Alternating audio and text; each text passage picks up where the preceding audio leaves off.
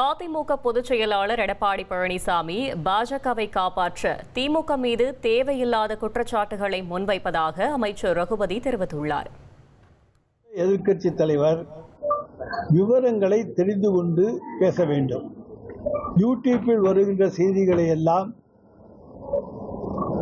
பேசுவதை எல்லாம் செய்தி என்று எடுத்துக்கொண்டு ஊடகங்களிலே பேசிக் கொண்டிருக்கின்றார். இன்றைக்கு அவர் எடப்பாடி பழனிசாமி தொடர்ச்சியாக தான் ஒன்றிய அரசின் சிறந்த சேவகர் என்பதை நிரூபித்துக் கொண்டிருக்கின்றார்.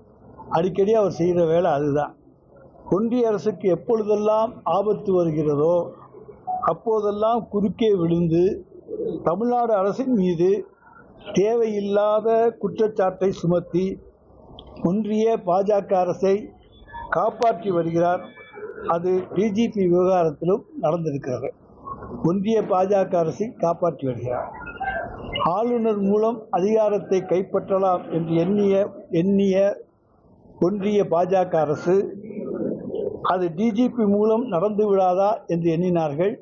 அது இன்றைக்கு டிஜிபி மூலம் நடக்க முடியவில்லை. டிஜிபி மூலம் நடக்க முடியவில்லை.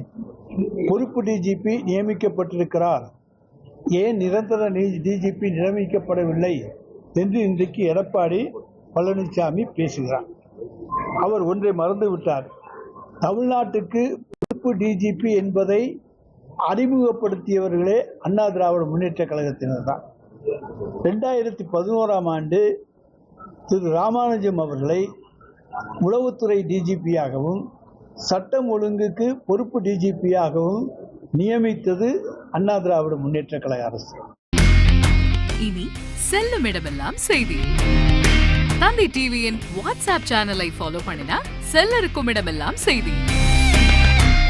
இதோ QR கோட் இப்பவே ஸ்கேன் பண்ணுங்க, ஃபாலோ பண்ணுங்க.